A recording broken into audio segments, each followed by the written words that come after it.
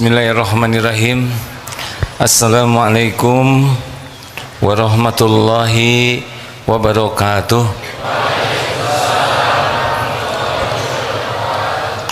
Alhamdulillahi rabbil alamin, alladzi khalaqal mauta wal hayata liyabluwakum ayyukum ahsanu amala wa huwal azizul ghafur. Allahumma salli ala sayyidina Muhammad wa ala alihi wa ashabihi ajma'in. Ya Allah, wahai yang maha menatap, berkahi majlis ini, karuniakan kepada kami niat yang lurus ya Allah, belajar hanya mencari keriduan-Mu. Karuniakan kepada kami ilmu yang manfaat, ilmu yang membuat kami yakin padamu ya Allah, ilmu yang membuat hidup kami benar di jalan-Mu. Ya Allah, lindungi kami dari niat yang salah, dari ilmu yang tidak manfaat, dari amal yang tidak Engkau terima, dari doa yang tidak Engkau ijabah. Ya Allah, berkahi malam ini ya Karim. Jadikan majlis ini menjadi jalan penghapus dosa dan aib, menjadi jalan penguat iman, menjadi jalan sisa umur kami istiqomah, menjadi jalan kami husnul khotimah. Jadikan majlis ini menjadi jalan kami bisa pulang kepadamu husnul khotimah, jadi ahlul jannah. Taqabbal minna ya Karim, innaka antas samiul alim, wa tub alaina innaka antat tawwabur rahim. Amin ya rabbal alamin. Alhamdulillah, malam ini spesial. Sesungguhnya beliau diundang pada waktu malam Jumat yang lalu ketika saya sedang berada di Tanah Suci, tapi waktunya belum pas dan bisanya hari ini. Alhamdulillah, jadi saya bisa ikut belajar. Kenapa kursinya masih kosong? Karena belum sampai. Tahu kalau belum sampai apa artinya? Segalanya ada waktunya. Sambil mengisi kekosongan waktu sebelum beliau hadir, boleh diisi oleh saya? Alhamdulillah, ceritanya tawadu hadirin. Alhamdulillah. Ini mau kemana santri? Mengalah ya, memberi kesempatan untuk tamu. Apakah Allah Subhanahu wa ta'ala menyaksikan pertemuan ini? Jawab. Adakah yang tersembunyi bagi Allah? Apakah Allah mendengar setiap kata-kata? Apakah setiap perbuatan kita dicatat oleh malaikat? Ada balasannya? Mungkinkah Allah lupa membalas? Mungkinkah tertukar? Masya Allah. Ini kenapa Kang disuruh pindah? Dirapatkan, kalau dirapatkan ke depan bukan keluar ya. Ayo teman-teman maju lagi ke depan, masih bisa dirapatkan. Ada sejengkal aja lumayan itu satu orang. Mudah-mudahan yang bergerak maju ke depan oleh Allah diberikan undangan ke Baitullah. Baru bergerak sekarang ya. Ini perlu hadiah terus.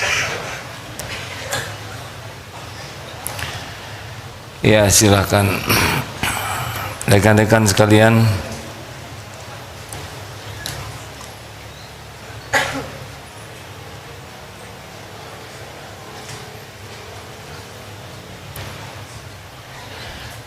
Kita ini memiliki akhlak yang kurang baik. Penyebabnya adalah dua. Satu, lemah pemahaman agamanya, mungkin tahu tapi tidak paham. Dan yang kedua, lemah jiwanya menghadapi nafsu. Jadi dua kelemahan ini Ada yang belajar agama tapi kalah oleh nafsu. Di dalam surat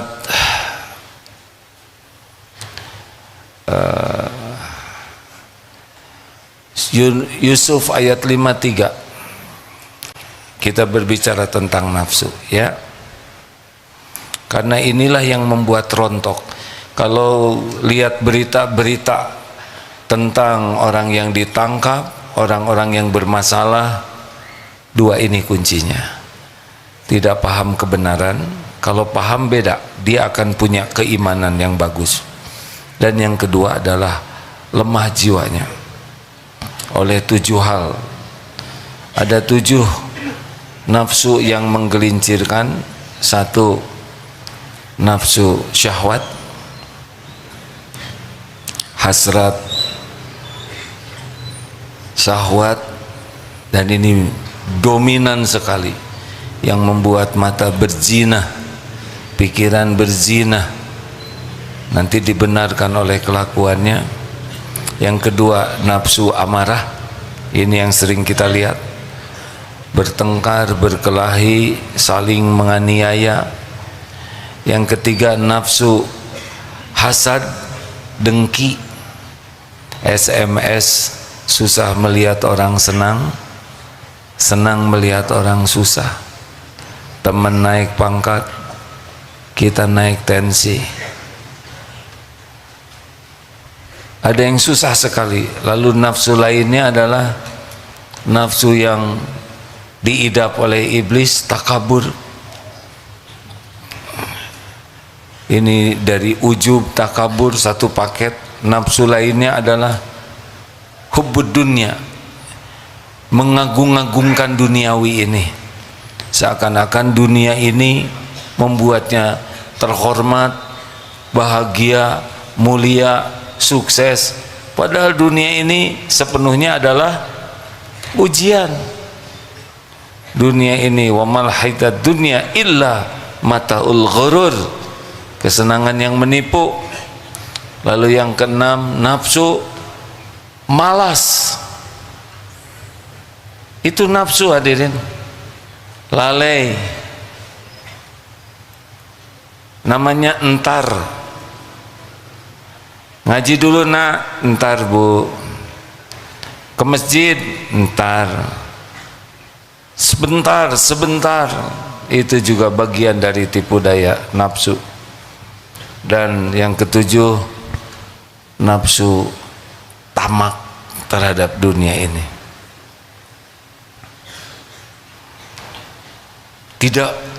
Tidak ada puasnya, terus saja. Sudah punya jabatan, ingin, tidak mau berhenti jabatannya. Sudah kaya, ingin makin kaya, terus tamak.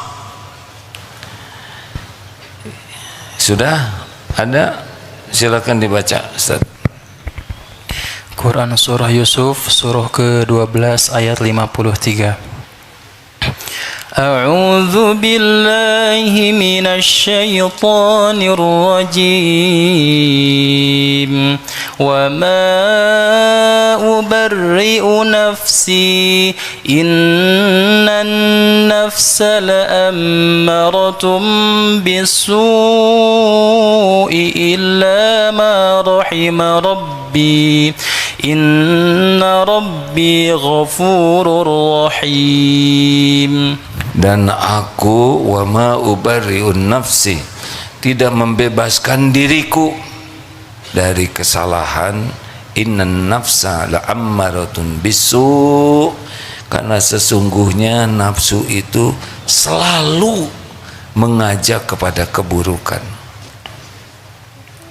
kepada kejahatan. Illa, kecuali ma rahimar rabbi, kecuali nafsu yang diberi rahmat oleh Allah. Inna rabbi ghafurur rahim, sesungguhnya Tuhanku lagi maha pengampun, lagi maha penyayang. Allah yang menciptakan nafsu pada diri kita. Kita sendiri tidak ngerti kenapa ada nafsu, ya, sebagai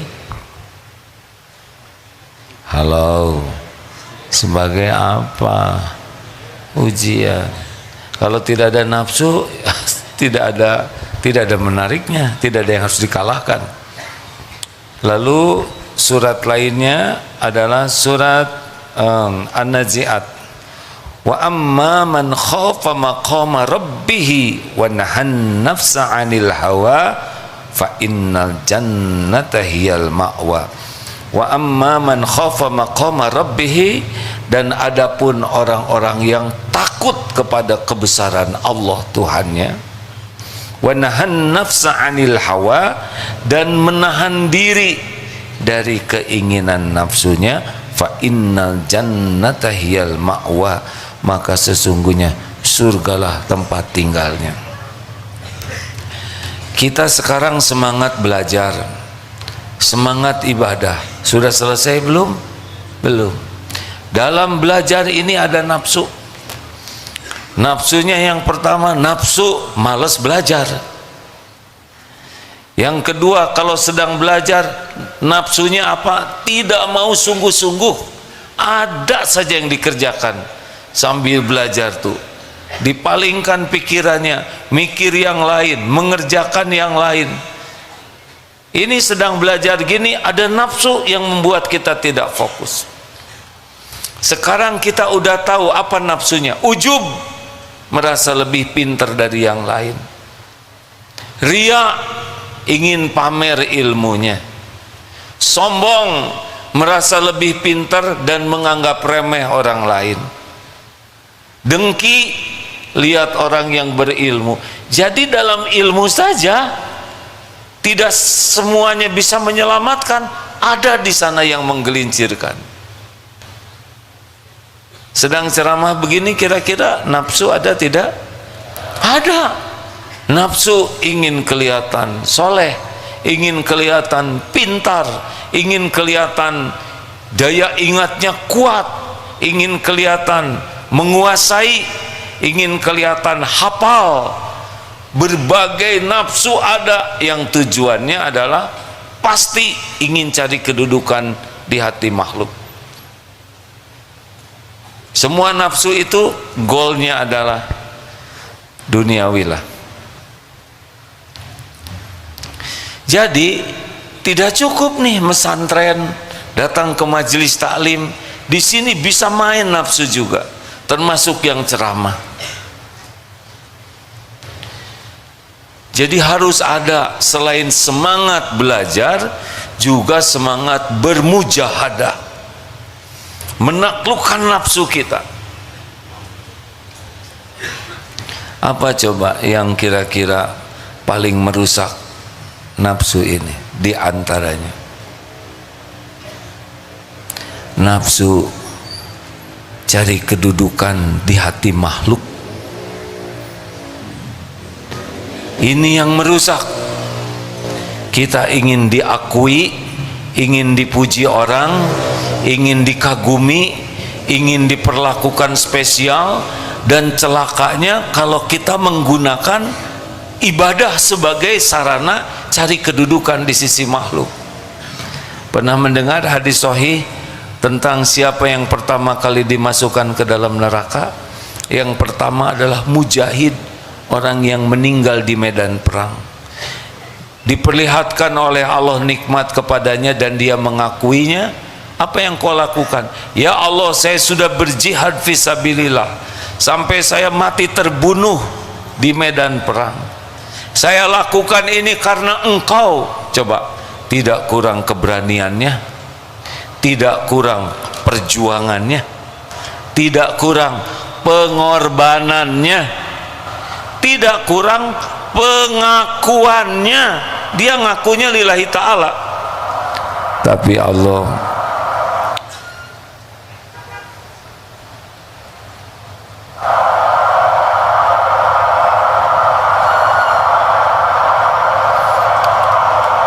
biasa saja. Hujan pasti berhenti, badai pasti, klakson itu pasti pergi ya. Udah, kita berbaik sangka. Itu mungkin bawa pasien, itu mungkin jenazah yang sudah harus segera dikubur. Sudah selesai kan? Tadi ada yang ngomel tidak? Ngomel tidak menyelesaikan masalah. Doakan saja supaya lancar, supaya semuanya jadi kebaikan. Enak? Lanjut. Udah datang belum? Kalau sudah datang dicolek aja sebelahnya ya. Lanjut. Sampai di mana? Mujahadah telat. Udah, ini udah mau masuk neraka ini. Kadzab, dusta kamu.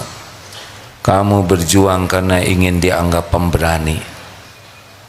Akhirnya diseret, tertelungkup, masuk neraka. Dengar ya, tidak kurang perjuangan, pengorbanan, pengakuan, keberanian. Yang kurang cuma satu. Apanya?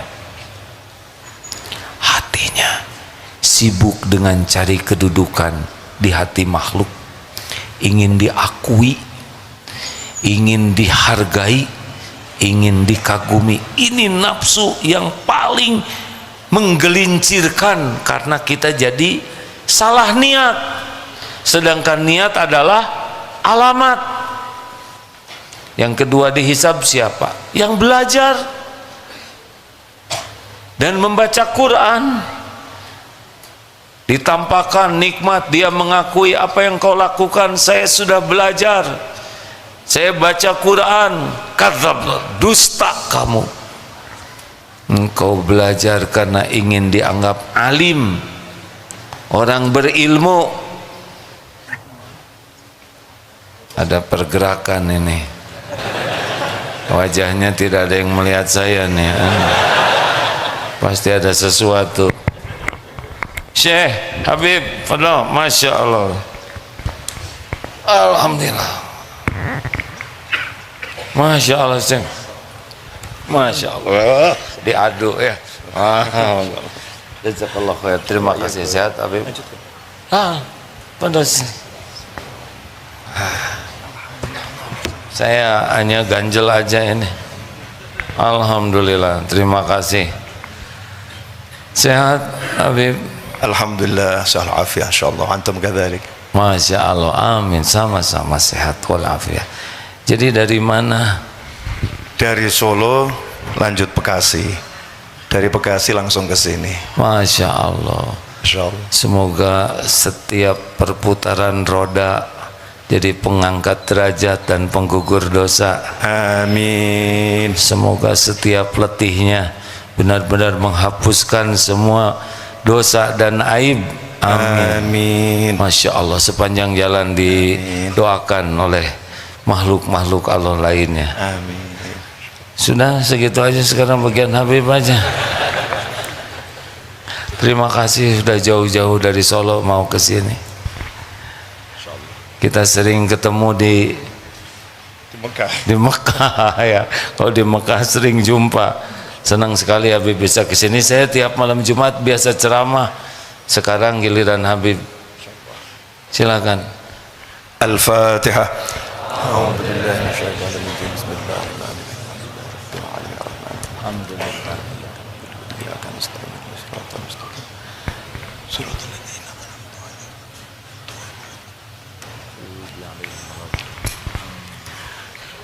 Bismillahirrahmanirrahim. Alhamdulillahi Rabbil Alamin. Allahumma salli wa sallim ala Sayyidina Muhammadin miftahi babi rahmatillah adada ma fi ilmillah salatan wa salaman daimain bidawami mulkillah wa ala alihi wa sahbihi. Allahumma salli ala Sayyidina Muhammadin صلاة تفتح بها لنا فتوح العارفين وتفقهنا بها في الدين وعلى آله وصحبه. السلام عليكم ورحمة الله وبركاته. sahabatku dimanapun antum berada, khususnya semua teman-teman yang berada di sini bersama guru kita semua AA, walaupun usia bertambah tetap AA.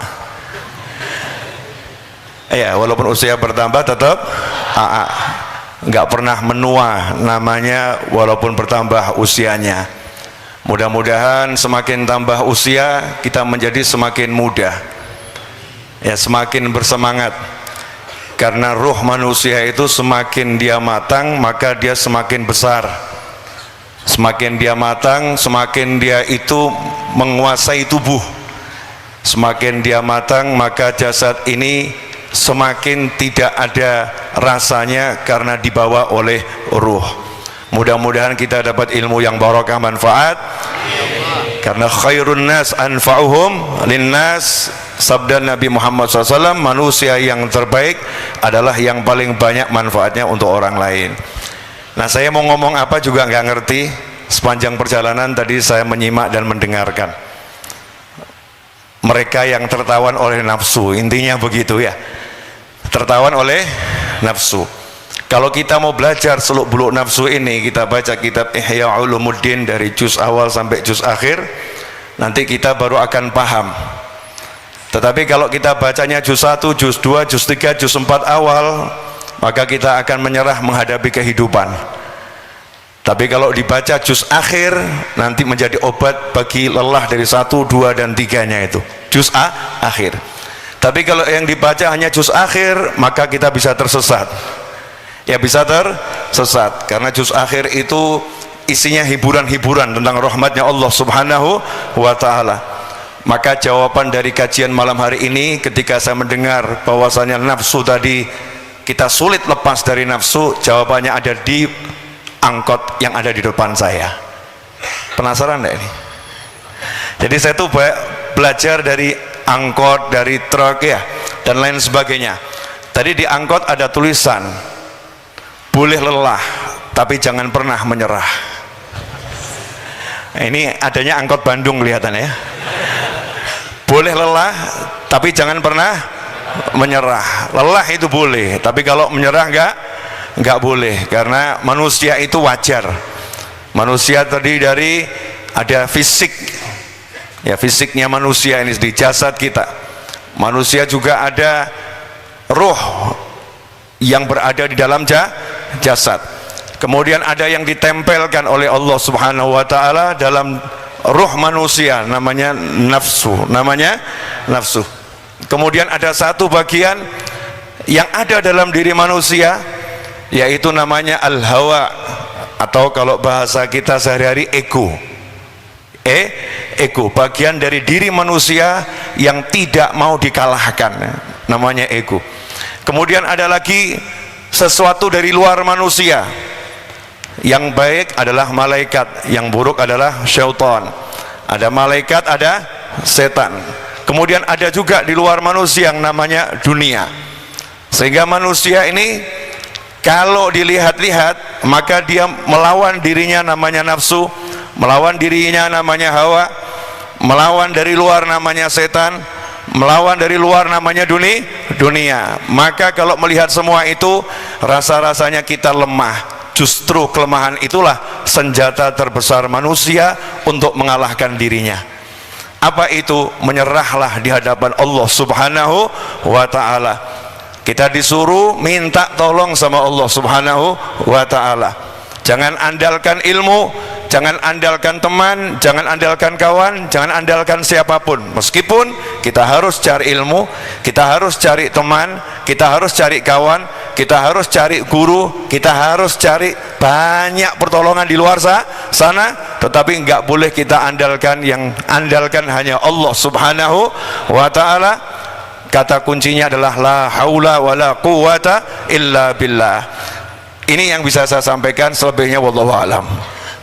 Ya, saya kalau mau ceramah itu diamanati guru saya dulu, nggak boleh mikir, yang ada disampaikan. Saat ini lagi nggak ada nih, terus gimana enaknya? Kalau ada disampaikan, kalau nggak ada ya nggak usah ngomong apa. Tapi udah sampai di sini ya saya minta sama Allah Ta'ala, mudah-mudahan dikasih sesuatu yang manfaat untuk saya dan untuk yang lain. Karena malaikat itu penasaran dengan manusia. Malaikat ya, malaikat itu penasaran dengan manusia. Malaikat tidak diizinkan dapat tambahan ilmu kecuali lewat manusia. Malaikat yang ilmunya ruku hanya bisa ruku, nggak paham i'tidal. Malaikat yang ilmunya sujud hanya bisa sujud, nggak paham selain sujud. Malaikat yang ilmunya tasbih nggak paham yang namanya istighfar. Malaikat yang ilmunya istighfar nggak paham yang namanya tasbih. Malaikat ilmunya terbatas, dan malaikat itu akan dapat tambahan ilmu dari Allah subhanahu wa ta'ala lewat manusia. Subhanaka la ilma lana illa ma 'allamtana. Maha suci engkau ya Allah, kami tidak punya ilmu kecuali yang engkau ajarkan kepada kami. Kalimat ini disampaikan malaikat kapan? Jauh sebelum kita ada di muka bumi. Saat Nabi Adam alaihissalam baru diciptakan oleh Allah subhanahu wa ta'ala. Nabi Adam diciptakan tanpa ada yang mengajari, tanpa ada guru, tanpa ada yang mengajari, tanpa ada guru. Tapi jangan dicontoh, wah saya nggak perlu guru seperti Nabi Adam, nanti salah jadinya. Nabi Adam alaihissalam nggak ada guru. Kemudian Allah subhanahu wa ta'ala panggil malaikat, disuruh sujud pada Nabi Adam alaihissalam. Termasuk di dalamnya adalah iblis. Iblis bukan malaikat, tapi karena iblis ini terus bareng bersama malaikat, maka dimasukkan dalam kelompok malaikat. Beliau semakin mundur.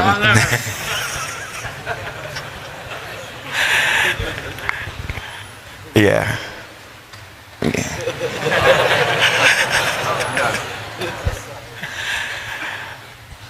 Karena dalam bareng sama malaikat dimasukkan dalam kelompok malaikat iblis. Padahal iblis bukan malaikat, jin.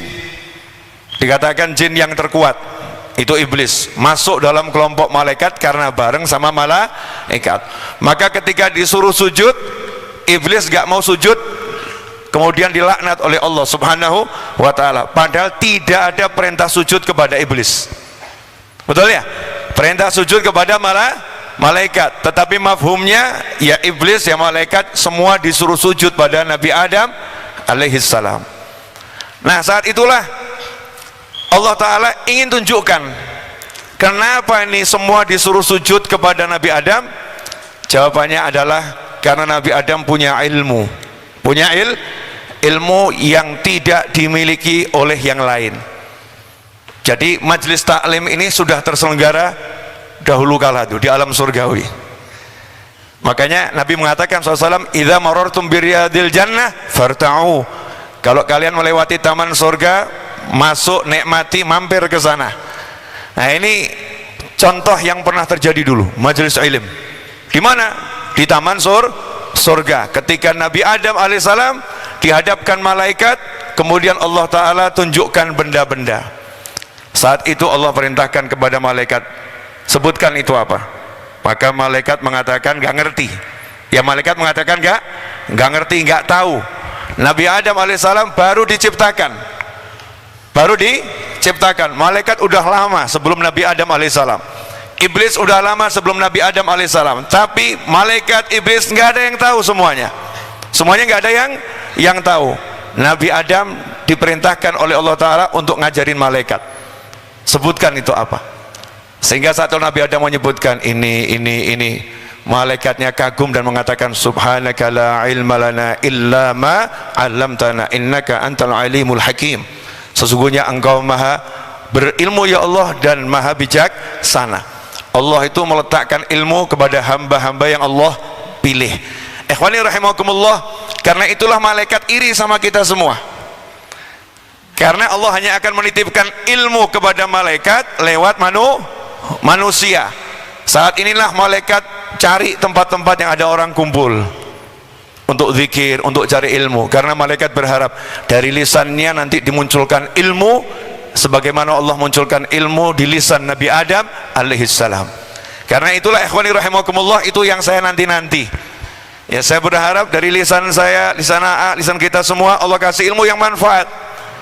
Karena ilmu ini kalau manfaat menyenangkan semua orang, malaikat pun senang. Karena itulah orang yang cari ilmu, orang yang menyampaikan ilmu didoakan hitanul bahar.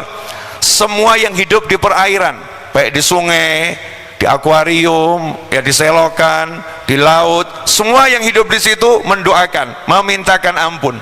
Kenapa dimintakan ampun? Karena orang yang menyampaikan ilmu tak luput dari dosa. Orang yang belajar ilmu tak luput dari dosa. Tetapi jalannya ilmu Allah lewat mereka, lewat yang menyampaikan ilmu, lewat yang belajar ilmu. Maka biar bisa dapat ilmu, syaratnya harus bersih. Syaratnya harus bersih. Gelas ini kalau bersih, airnya enggak berubah. Bagaimana akan jadi bersih kalau banyak dosa? Bagaimana akan jadi bersih kalau masih banyak sesuatu yang kotor dalam hati? Maka asal kita punya niat yang kuat, cari ilmu. Punya niat yang kuat, nyebarkan ilmu. Niat yang kuat, jangan khawatir akan dosa-dosamu. Sudah dimintakan ampun oleh makhluk-makhluk yang Allah ciptakan khusus, bahkan dimintakan ampun oleh malaikat. Bukan dalam arti kita semena-mena berbuat dosa, tapi jangan kita terperangkap oleh dosa dan berbuat sesuatu hingga putus asa. Gak mungkin saya bisa jadi waliullah, gak mungkin saya bisa jadi orang baik, gak mungkin saya bisa jadi orang hebat di sisi Allah karena saya punya dosa. Dosa itu bisa dilakukan oleh manusia, tapi jangan lupa Allah yang maha mengampuni dosa. Dan hebatnya Allah Ta'ala, untuk hamba-hambanya ini Allah buat sistem. Orang yang duduk seperti ini, alasannya apapun, asal dia masuk majelis ilmu, majelis zikir, alasannya apapun, mau nunggu saya nagih utang karena utang saya banyak, iya, mau mungkin ada perlu sama saya, dicari nggak pernah ketemu, ketemunya mungkin ada pengumuman, oh ada di Darut Tauhid nih, Masya Allah, ditunggu nanti selesai mau ketemu Habib, misal begitu ya. Jadi nggak ada niatan hadir ke sini, bahkan mungkin 5 tahun nggak pernah hadir ke sini. Mungkin 10 tahun nggak pernah hadir ke sini. Mungkin sejak didirikan majelis ini nggak pernah hadir. Hadir ke sini karena pengen ketemu saya, bukan mengapa-ngapain. Mungkin minta foto, mungkin mau selfie. Niatnya secara zahir nggak ada yang benar.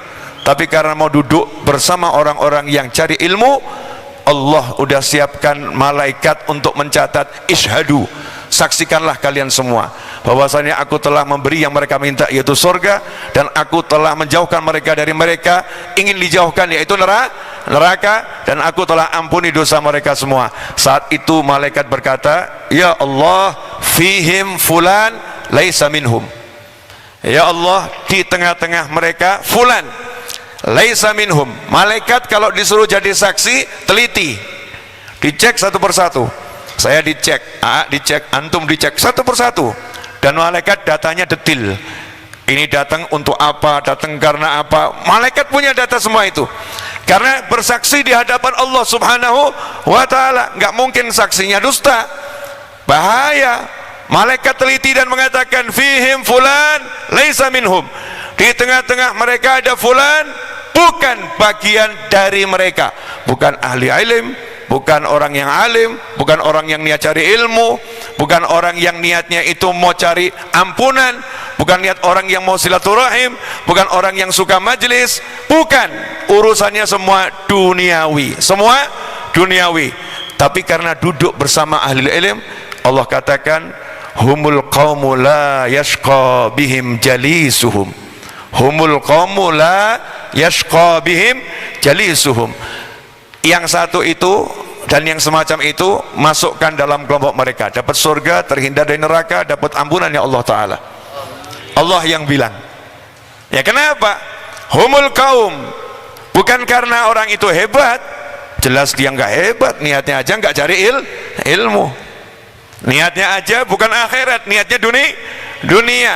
Humul kaumu, tapi karena orang-orang yang cari ilmu ini, orang-orang yang tadi sholat isya berjamaah, orang-orang yang berzikir, orang-orang yang ta'allum wa ta'lim, orang-orang yang silaturahim semacam ini, humul qaum, mereka adalah satu kaum la yashqa bihim jalisuhum, tidak akan pernah sengsara, tidak akan pernah celaka orang yang duduk bersama mereka.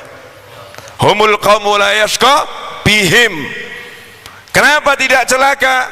Bihim, berkat mereka, bukan karena fulan, bukan karena dia yang datang tadi. Bihim, berkat mereka yang duduk-duduk tadi. la yashqa bihim jalisuhum, yang mau duduk bersama mereka nggak akan celaka, nggak akan sengsara. Nah kita ini alhamdulillah, seburuk-buruknya niat di hati kita kan minimal ya masih mencari ilmu, betul ya? Walaupun kita masih kecampuran macam-macam, masih mencari ilmu. Karena itu husnudzon dulu di hadapan Allah Subhanahu wa taala, bahwasanya kita orang-orang yang terpilih malam hari ini. Terpilih untuk dapat apa? Dapat surga. Terpilih untuk dapat apa? Pengampunannya Allah Subhanahu wa taala. Terpilih untuk terbebaskan dari siksa api neraka. Terpilih untuk dikumpulkan dengan kumpulan yang lebih besar, yang lebih baik. Karena kumpulan yang semacam ini akan ditunjukkan kepada Nabi Muhammad SAW, dipamerkan kepada Nabi Muhammad sallallahu alaihi wasallam, dilihat sama Rasulullah SAW, siapa fulan, siapa fulan, siapa fulan. Kalau kita sering begini, kita akan dikenali oleh Nabi Muhammad sallallahu alaihi wasallam. Ikhwani rahimakumullah, ini paling saya lebih nyaman kalau AA ada di Malaysia sebetulnya. Iya, waktu itu kan beliau di Malaysia ya, saya nyaman karena kalau ada guru-guru di samping saya itu, saya ini pengennya dengar, bukan pengen ngomong. Ya pengennya dengar, nggak pengen ngomong. Bicara nafsu, nafsu itu ya lawan ya kawan. Ya nafsu itu ya lawan ya kawan. Nafsu nanti kalau udah jadi kawan, Allah panggil tuh, ya ayatuhan nafsul mutmainnah, hei nafsu yang mutmainnah, irji'i ila rabbiki, kembali kamu ke Tuhanmu dalam keadaan kamu puas dan dipuaskan. Puas dan dipuaskan. Itu yang boleh ikut kita ke surga nanti, nafsu yang namanya mutmainnah. Nah kalau nafsu kita udah mutmainnah, udah jadi kawan itu, udah jadi kawan. Kalau nggak ada nafsu, nggak akan duduk di sini. Saya ini beberapa 2 tahun cari nafsu pengajian. Jadi nafsu saya ceramah itu hilang. Ya nafsu saya ceramah hilang, maksudnya ceramah keliling itu nggak ketemu tuh. Maunya duduk di rumah ngajar, lihat kamera. Ya lihat kamera. Ngajar majelis setiap Jumat malam Sabtu di Majelis Ar-Raudhah Solo, Jumat malam Sabtu. Selebihnya nafsunya nggak ada. Kalau nggak ada nafsu, kita badan ini diajak bergerak juga nggak mau. Maunya cuma duduk. Cari nih nafsu, diajak kerjasama. Gimana caranya biar nafsu ini mau diajak pergi cari ilmu? Bagaimana nafsu mau diajak untuk menyebarkan ilmu? Contoh, boleh ngasih contoh? Nah, nanti baca di kitab ya, saya lupa di kitab mana. Nanti kalau yang dengar ceramah ini ketemu, kirim WA ke saya, Habib ada di kitab ini gitu.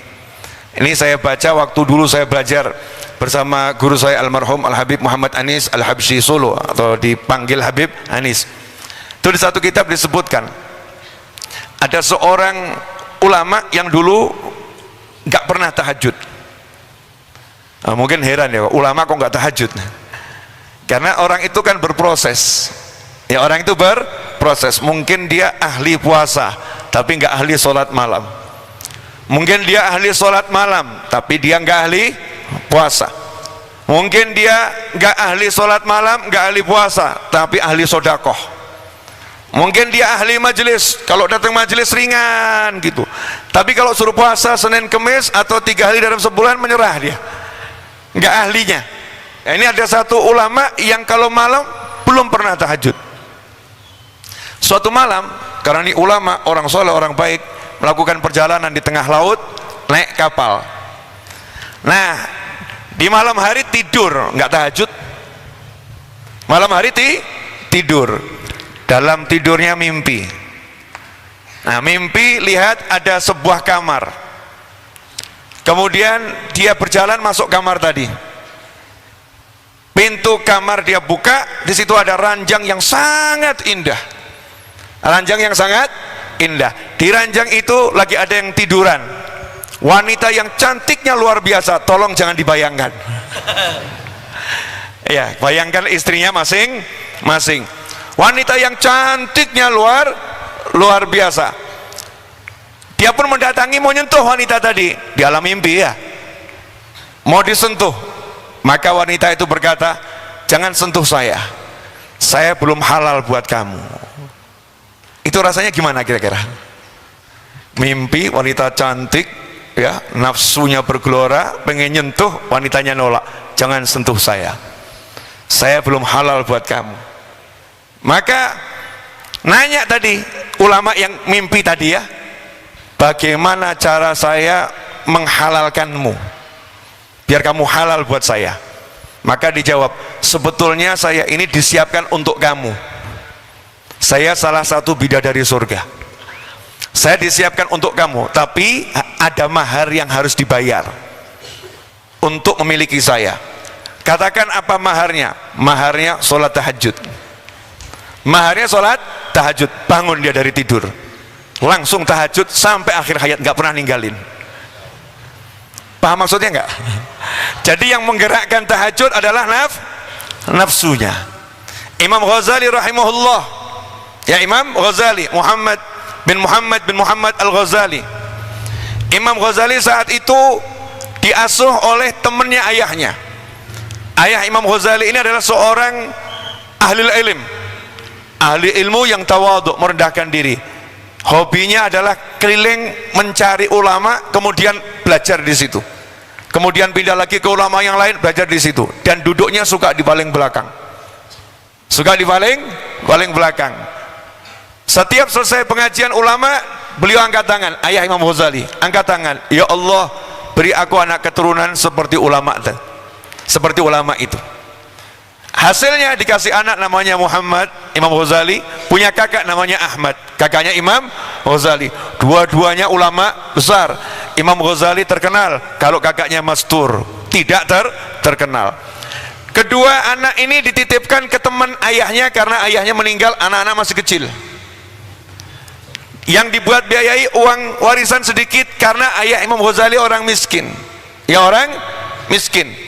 Ketika uang warisan ini habis, maka temannya ayah Imam Ghazali berkata, mohon maaf, uang dari ayah kalian habis, sementara saya juga sama miskinnya dengan ayahmu, sehingga saya tidak bisa membiarkan kamu tinggal bersama saya karena saya nggak sanggup ngasih makan.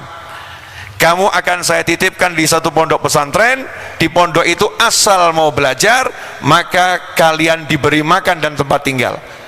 Maka saat itulah Imam Ghazali dan kakaknya pergi ke pondok pesantren, bukan niat untuk cari ilmu, tapi cari makan. Yang mendorongnya untuk cari ilmu adalah cari makan gratis, nafsunya. Nafsu makan, nafsu bertahan hidup. Maka muncul kalimat Imam Ghazali, talabnal ilma li ghairillah. Kami, saya dan kakak saya cari ilmu bukan karena Allah, tetapi ilmu tidak mau dicari bukan karena Allah. Maka ilmu itu mengajari kami sehingga kami menjadi manusia yang mencari ilmu karena Allah. Kita berproses dari nafsu yang tadinya ngajak makan, nafsu ngajak minum, ya, nafsu ngajak nikah, nafsu cari harta, semua itu nafsu. Tapi nafsu ini jadikan kawan, tunggangin, kendarain, jangan dikuasain. Nah, untuk bisa mengendalikan yang namanya nafsu, maka dibutuhkan al-ilm, dibutuhkan yang namanya ilmu. Kalau nggak punya ilmu, maka jadi bulan-bulanannya hawa dan nafsu. Ikhwani rahimakumullah. Tapi yang paling bahaya adalah hawa. Kalau nafsu nggak seberapa. Nah, kalau hawa ini yang menyebabkan iblis dilaknat. Iblis dilaknat karena iblis dikuasai hawa. Apa itu hawa? Rasa tidak mau dikalahkan. Ini kalau ustadz punya hawa, bahaya. Di satu kampung dia buat pesantren, tetangga kampung bangun pesantren, marah dia. Kenapa dia bangun di situ? Hawa, bahaya. Penceramah dikuasai hawa, bahaya. Nanti kalau ada penceramah lain yang ceramah, maka dia nggak mau dikalahkan. Oh, ini nyedot jamaah saya ini. Hawa, ego, tidak mau dikalahkan. Orang yang dikuasai hawa akan menggunakan segala macam cara untuk mengalahkan orang lain. Dan inilah yang menyebabkan manusia yahwi bisahibi ila jahannam. Orang yang dikuasai ego atau hawa akan terseret sampai neraka jahanam. Akhiron, ini tadi melengkapi beliau yang sampaikan urusan nafsu. Nah sekarang yang lagi saya keliling sampaikan di mana-mana, ya sebetulnya mirip sama yang disampaikan beliau tadi. Banyak orang ini yang kurang paham agama. Iya. Yang kedua udah paham tapi kalah sama nafsu. Saya mau menambahin sedikit di bab yang paham agama ini. Boleh? Ini majelis namanya ma'rifatullah ya. Nah, saya mau ambil bagian di situ, mudah-mudahan barokah. Boleh saya nanya? Boleh. Ganteng nggak?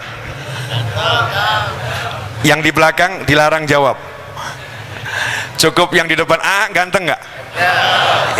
Jangan ragu kalau jawab. Kalau nggak ganteng ya ngomong enggak gitu. Tanyanya yang lain aja. Mana mau ceramah ke sana. Ganteng nggak? Ganteng. Saya? Ganteng mana? Menyusahkan, dilarang menyusahkan orang lain. Ini pertanyaan unik kan ya? Artinya mohon maaf, kegantengan kami ini cukup jelas. Kami dua pria yang ganteng ada di atas mimbar yang sama, duduk di kursi berdampingan. Semua orang tahu ini orang ganteng-ganteng nih. Kalau ada orang di sini yang ngomong kayak gini dibilang ganteng, yang nggak waras yang mana?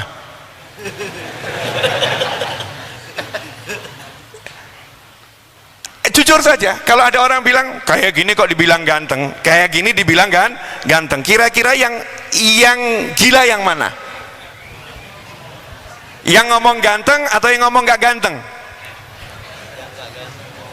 Lu cuman kira-kira aja kok takut. Yang ngomong gak ganteng berarti kan matanya agak sakit. Kenapa saya pede saya ganteng? Karena ibu saya nggak mungkin dusta. Anakku saya ganteng dewe. Anakku yang paling tampan versi ibu saya. Dan alhamdulillah nama saya pun Noval, artinya pria tampan. Oh iya, termasuk kita harus syukur atas nikmatnya Allah subhanahu wa ta'ala. Semoga Allahumma kama hasanta khalqi fahassin khuluqi. Ya Allah, sebagaimana engkau jadikan bentuk fisikku ini baik, jadikan bentuk batinku jauh lebih baik. Jadi kalau kita dikasih bentuk fisik yang bagus ya bersyukur. Kalau bentuk fisiknya kurang bagus jangan sedih, karena di situ ada nikmat Allah yang lain, nikmat Allah yang lain. Saya lanjutkan boleh? Ya. Siang hari ada perdebatan dua orang. Satu ngomong itu matahari atau rembulan. Siang hari matahari besar terang benderang jam 12 siang, dua orang berdebat itu matahari atau rembulan. Yang satu jawab bulan, yang satu teriak matahari, yang satu bilang bulan, yang satu teriak matahari. Pertanyaan saya, di antara dua orang ini yang normal yang mana? Yang mana? Yang diem. Udah jelas matahari, ya, dibantah orang itu rembulan, dia ikut bantah, enggak itu matahari. Berarti dua orang ini jelas atau enggak jelas? Paham maksud saya enggak? Paham maksud saya enggak? Ulangi biar jelas. Ada matahari di siang hari, ada dua orang berdebat, yang satu mengatakan itu matahari, yang satu bilang itu rembulan. Yang bilang matahari ngotot, enggak itu matahari. Yang satu bilang enggak itu rembulan. Pertanyaan saya, yang benar yang mana? Yang diam. Kenapa? Dua orang gila kok diladenin. Udah jelas ini yang bilang rembulan berarti orang kurang paham atau orang lagi mabuk, begitu kan ya? Ngapain dia ladenin? Terangnya matahari nggak perlu bukti kalau itu matahari, betul? Oke. Ada yang bawa korek nggak? Pinjam saya. Nggak apa-apa, perokok boleh pinjam koreknya, walaupun nggak ngerokok gitu. Mungkin kan dipakai untuk keperluan macam-macam. Jazakumullah khairan. Afwan, saya udah lama nggak pegang korek. Ya, gini ya. Oke. Ini apa ini yang muncul nih? Api. Panas enggak? Kalau saya dekatkan ke mata antum, kira-kira gimana? Antum nyingkir atau dekat? Saya yang ngasih. Saya loh yang ngasih. Tak serahin ke mata antum, nyingkir atau mendekat? Yang keras, nyingkir atau mendekat? Kenapa? Emang tahu? Jazakumullah khairan. Afwan, saya ngasih contoh begini biar paham, oke? Sekarang saya mau nanya, Allah itu kaya enggak? Jangan kata-kata, saya nggak butuh kata-kata, saya butuh rasa. What you feel about your God? What you feel about Allah? I'm sorry, I cannot speak English, but I want to try to speak English in front of you. Betul gitu?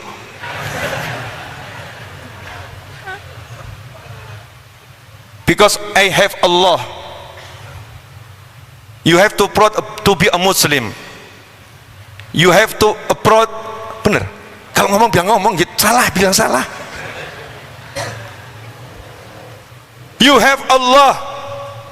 Yang menciptakan semua Allah, tapi kamu ngerasa itu enggak. Allah kaya.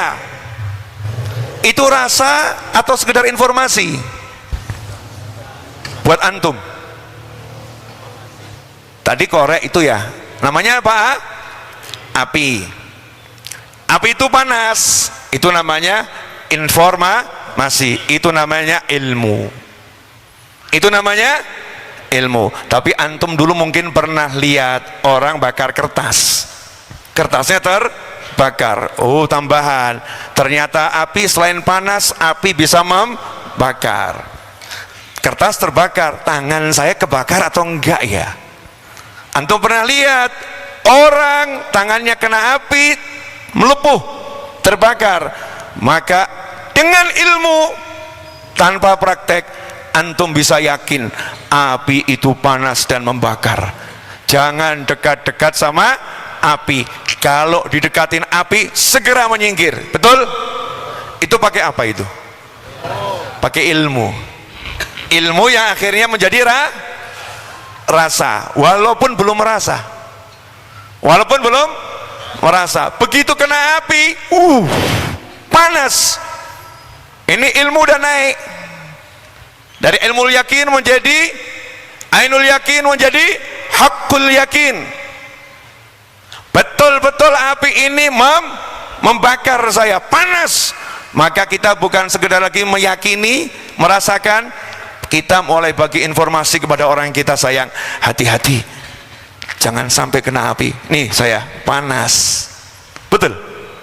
Kenapa kita mau bagi informasi itu? Karena kita udah ngerasain sendiri. Nabi Muhammad SAW udah ketemu Allah Subhanahu Wa Taala, udah merasakan qabal qausain adna, punya kedekatan yang luar biasa dengan Allah Subhanahu Wa Taala. Sama Allah diperintahkan kembali ke bumi, ajarkan rasa itu kepada umat manusia. Rasa dekatnya sama Allah Subhanahu Wa Taala, rasa kenal dengan Allah Subhanahu Wa Taala. Bukan teori-teori ilmu tadi, bukan, tapi jadi rasa. Nah, saya cuman pengen bagi satu rasa malam hari ini. Ya, mudah-mudahan sedikit yang sudah saya rasa ini bisa tertularkan kepada teman-teman saya. Siapa tahu yang mendengar punya rasa yang jauh lebih besar dari saya. Karena rubba muballighin aw amina sami', begitu sabda Nabi Muhammad SAW. Siapa tahu yang mendengar itu nanti disampaikan pada orang lain, orang yang ketiga itu lebih paham daripada yang mendengar langsung. Gak ngerti kita. Makanya kalau kita punya yang baik, sampaikan, niatkan agar orang lain dapat kebaikan. Boleh saya share sedikit? Ulangi lagi boleh? Ya. Allah kaya atau tidak kaya? Kaya atau maha kaya? Kok tahu? Kok tahu? Bukan lagi informasi, tapi fakta. Betul? Ini pondok pesantren, masjid ini yang bangun siapa? Jangan bilang gitu, selesai masalah nanti. Benar kan ya? Dengan bantuan tim, benar kan? Maka begitu lihat pondok ini, begitu lihat bagaimana streamingnya, bagaimana produk-produk dijual, bagaimana mengelolanya, orang melihat, oh ini yang ngelola ahli ini, maka pengen kenalan. Betul ya? Pengen kenalan. Ini kalau sama A. Tapi kalau antum punya tetangga, mohon maaf, tetangga antum rumahnya 2 hektar, bangunannya 300 lantai, udah gila dikit gak apa-apa, bangunannya 300 lantai, tiap hari dia duduk depan rumahnya, siapa yang lewat kasih uang 1 M. Kaya kok, yang lewat kasih uang 1 M. Pertanyaan saya, pengen lewat situ nggak? Pengen lewat situ nggak? Kenapa?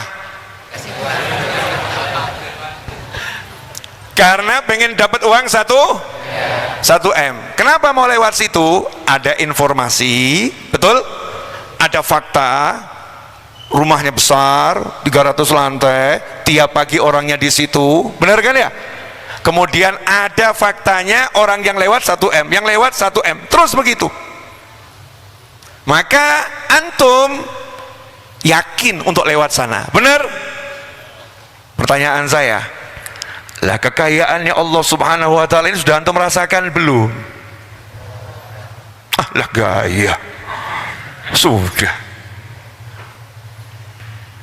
Kalau antum sudah merasakan maha kayanya Allah, maka nggak akan pernah merasa miskin, nggak akan pernah. Kalau udah merasakan maha kayanya Allah, nggak akan pernah merasakan miskin. Bagaimana merasa miskin seseorang yang punya Allah? Baru punya kenalan tetangga yang tadi aja nggak merasa miskin, nggak merasa takut, nggak merasa dia akan lemah, dia cukup ngomong asal aku lewat 1 M, gitu aja kok repot. Dunia boleh terbalik, orang lain boleh susah, tapi aku punya tetangga yang baik hati, cukup lewat 1 M. Nah sekarang punya Allah yang maha kaya, wal ghani wal mughni. Allah itu bukan cuman maha kaya, bahkan Allah pamer kekayaannya. Allah pamerkan kemahakayaannya Allah. Agar apa? Buat antum, buat saya tenang. Anal ghani wa anal mughni. Aku maha kaya, tapi aku juga bisa membuat kamu kaya. Aku maha kaya dan aku bisa buat kamu kaya. Lihat jagat raya, lihat dirimu. Makanya pernah terjadi, ada seorang, saya nggak tahu saya udah pernah cerita di sini atau belum, wallahu alam. Yang penting yang teringat sekarang ini saya sampaikan. Ada seorang sufi. Sufi itu bahasa lama. Kalau bahasa zaman sekarang itu dimodernkan sama AA. Tasawuf itu dirubah nama jadi manajemen kolbu. Dulu kalau pakai nama tasawuf orang pada ribut. Tasawuf, tasawuf, tasawuf. Diganti manajemen kolbu, MQ, cerdas, brilliant, masya Allah. Orang mana nih? Bandung ya? Maaf Pak, cuman menyampaikan fakta, bukan rekayasa dan bukan kata-kata untuk memuji dan memuja, tapi pujian dan pujaan kepada seorang manusia, karena Allah Ta'ala itu perintah Allah kepada manusia, muslim satu pada muslim yang lain. Fa'inal muslim, karena muslim kalau dipuji tambah imannya besar. Rabbal iman fi qalbi, begitu sabda Nabi Muhammad SAW. Jadi kalau kamu lihat temanmu pinter, ya bilang pinter. Kalau temanmu sholatnya bagus, bagus. Kalau temanmu rajin sedekah, lanjutkan, puji dia. Biar apa? Semakin bersemangat. Itu kalau temanmu mukmin, yang benar-benar mukmin. Ini ada seorang sufi, ahli manajemen kolbu. Di masa paceklik krisis ekonomi, jam berapa ini? 23.3. Cari alasan nggak dapat. Ada seorang mukmin sufi ahli manajemen kolbu di masa paceklik krisis ekonomi. Dia lewat di pasar, semua orang itu banyak yang sedih, stres, lihat ada satu budak. Budak kan jelas miskin ya, budak. Budak ini joget-joget, nari-nari, nyanyi-nyanyi riang gitu. Maka sufi tadi menghampiri, aneh orang ini. Yang lain stres, yang lain pusing, yang ini budak tapi dia menari-nari. Maka nanyalah sama budak tadi, kamu kok nari-nari bahagia, nggak seperti yang lain, kenapa? Ditanya, lah kamu ngapain nanya-nanya sama saya? Loh, saya ini ulama, saya ketemu orang-orang ini pada stres, tapi kok kamu riang gembira? Kalau bukan kamu yang nanya nggak saya jawab, mau tahu urusan orang saja. Tapi karena kamu yang nanya, saya mau jawab. Saya punya majikan, saya ini budak, saya punya majikan. Orang-orang ini pada bingung semua karena nggak ada gandum, nggak punya duit. Lah saya punya tuan, ini adalah pengusaha gandum, juragan gandum. Jadi asal saya taat sama dia selesai, pasti saya makan roti. Yang penting saya taat sama tuan saya. Jadi saya menari-nari, yang lain bingung makan apa, makan saya udah dijamin sama tuan saya. Jadi saya bahagia walaupun saya seorang budak. Sufi tadi langsung pingsan. Yang ditanya kaget, masalah ini. Dibangunkan, dia nggak bangun Pak, bangun. Begitu bangun ditanya, loh Bapak kenapa pingsan? Dengar jawaban saya, kamu baru budak yang percaya pada tuanmu pengusaha gandum, kamu bisa hidup bahagia. Saya punya Allah yang maha kaya, kenapa masih mikir? Anal faqiru ilaika ya Rabb wa anta anni ghaniyun. Tuh ada tuh lagunya. Anal faqiru ilaika ya Rabb, saya ini sangat butuh kepadamu ya Allah, kalau kamu nggak butuh sama saya. Dan nikmatnya ketika kita boleh minta sama yang maha kaya. Gitu kok masih mikir, nanti duit saya dari mana, nanti rezeki saya dari mana, nanti hidup saya bagaimana. Ini manusia-manusia yang belum kenal Allah Ta'ala dan gak lihat betapa maha kayanya Allah. Masa gak bisa lihat sih? Terang benderang seperti matahari loh, maha kayanya Allah. Kok kita masih ragu akan rezeki besok? Masih ragu, gak ada solusi untuk masalah. Wa huwa ala kulli syai'in qadir. Dia Allah maha kuasa, berbuat apapun bisa. Tuh contoh lagi boleh? Jamnya ditutup ini, cari jam. Itu ada. Aman itu, gede itu. Cabut kabelnya. Wah ini, Masya Allah. Lanjut boleh? Ingat kisah Nabi Sulaiman alaihissalam? Yang mana? Nabi Sulaiman alaihissalam ada di atas gunung bersama pasukan. Semut ada di lembah di bawah. Jadi bukan semut di kaki, bukan ya. Nabi Sulaiman ada di atas gunung, semut ada di bawah lembah. Nggak mungkin itu, kalau suara manusia aja akan menggema-gema, teriak itu menggema-gema. Tapi semut ini ngomong kepada teman-temannya, segera masuk ke liang, kembali ke rumah, Sulaiman dan bala tentaranya akan lewat, nanti kalian akan diinjak-injak karena mereka nggak ngerti. Begitulah kebiasaan orang-orang yang memang punya kekuasaan, gitu kan ya. Nginjak tapi nggak ngerti, nggak ada niat. Kamu aja yang baperan merasa terinjak, nggak ada niat. Kita aja yang baperan merasa diinjak. Kalah sama semutnya Nabi Sulaiman, bijaksananya luar biasa. Mereka nggak akan injak-injak, mereka nggak ngerti itu kalau nginjak-injak kita, karena kita kecil, lemah, diinjak-injak. Mereka nggak sadar, nggak salah mereka. Kita aja yang pandai menyelamatkan diri. Ayo lari semua, kembali ke liang. Nabi Sulaiman di atas gunung ketawa. Ya ketawa kenapa? Wah, ada semut yang bijaksana luar biasa. Disitulah Nabi Sulaiman akhirnya jalannya itu nunggu semutnya semua selamat, dan jalannya itu juga hati-hati. Karena itulah Allah mengajarkan dalam Al-Quran, berjalan di atas bumi hauna. Ciri orang-orang wa ibadur rahman, hamba-hambanya Allah yang maha penyayang, itu kalau jalan di atas bumi hauna, tidak menghentak-hentakkan kaki, tidak jalan dengan kesombongan, jalannya dengan lemah lembut tapi gagah. Seperti Nabi Muhammad SAW, seperti turun dari tangga, lemah lembut tapi gagah, indah. Coba lihat bagaimana maha mampunya Allah Ta'ala menyampaikan problem semut tadi ke Nabi Sulaiman alaihissalam. Itu tadi kan problem tuh buat semut ya, masalah disampaikan ke Nabi Sulaiman alaihissalam. Siapa yang nyampein? Allah. Lewat gelombang apa? Ini kalau orang-orang yang punya ilmu dipelajari betul, itu semut berbicara pakai apa ya? Pakai wifi atau pakai apa itu? Gelombang apa yang dipakai itu? Sehingga Nabi Sulaiman bisa mendengarkan frekuensinya tanpa jarak, berjarak tapi tanpa jarak. Ada anak-anak ITB di sini? Nah, coba dipelajari itu. Mungkin belum ada yang menggali itu. Mungkin belum ada yang menggali frekuensi apa yang dipakai Nabi Sulaiman untuk mendengar suara semut itu, sehingga jarak itu bukan lagi jarak, angin nggak ngaruh sampai pada Nabi Sulaiman, dan Nabi Sulaiman pun memenuhi permintaan semut, Nah, kalau semut aja ngomong dengan sungguh-sungguh disampaikan oleh Allah kepada Nabi Sulaiman, lah kenapa kamu takut untuk ngomong sungguh-sungguh sama Allah Subhanahu wa Ta'ala? Masalahnya itu karena kita nggak merasakan kayanya Allah. Masalahnya itu kita merasa kaya tanpa Allah. Itu masalahnya. Contoh, ini nggak disuruh berhenti.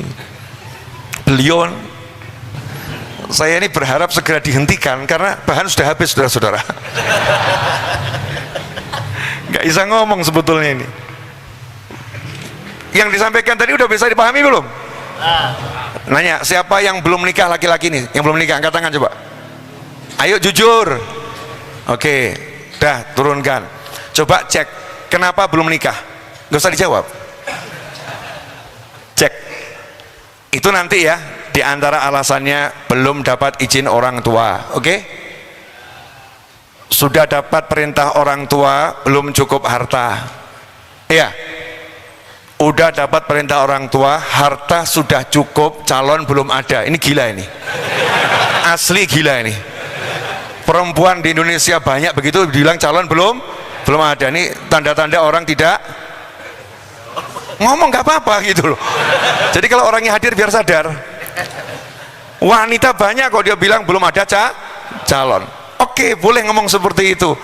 Dalam artian mungkin belum ketemu yang pas. Ya, belum ketemu yang pas. Ketemu yang pas sudah, duit ada, perintah orang tua ada, calon sudah ada. Jawabannya ada lagi, takut sama ayahnya. Takut sama ayahnya. Coba dicek dari 1, 2, 3, 4 poin tadi itu yang saya sampaikan ya. Semua yang dia andalkan adalah satu, punya perintah orang tua, betul? 2, punya harta. 3, ada calonnya yang pas. 4, nunggu dulu orang tuanya si calon itu bisa dijinakkan, bisa diluluhkan, betul? Bisa dihadapin. Sehingga itulah yang menyebabkan manusia hidupnya ruwet semuanya. Kenapa? Dari awal dia melangkah, yang dia pikir, yang dia lihat selalu makhluk. Belum jelas? Dah, contoh nikah belum jelas. Contoh yang lebih jelas lagi, boleh? Mau beli rumah, yang dilihat apa? Hah? Harga, boleh? Nah, kemudian apa lagi? Keuangan, kondisi keuangan, betul. Jadi kalau kondisi keuangannya belum cukup, harga rumahnya terlampau tinggi, jadi beli atau maju? Misal gini, suami penghasilan 1 bulan 4 juta, dipakai untuk kehidupan 1 bulan 5 juta, minus atau plus? Terus suami ngomong sama istri, Dek, insya Allah 3 bulan lagi kita beli rumah harga 300 juta. Apa jawaban istri? Apa jawaban istri? Amin atau Mas Waras? Tiap bulan aja untuk nambal yang 1 juta itu kita setengah mati. Kamu bilang 3 bulan lagi akan beli rumah harga 300 juta. Pakai akal dong. Jangan asal membeli harapan tapi palsu. Jangan cuma menyenangkan hatiku, tapi nanti menyakiti. Jangan asal berkata-kata. Mungkin ada wanita seperti itu, yang jelas tidak hadir di sini orangnya. Oh, di sini ahli tauhid semua. Ya, di sini ahli tauhid.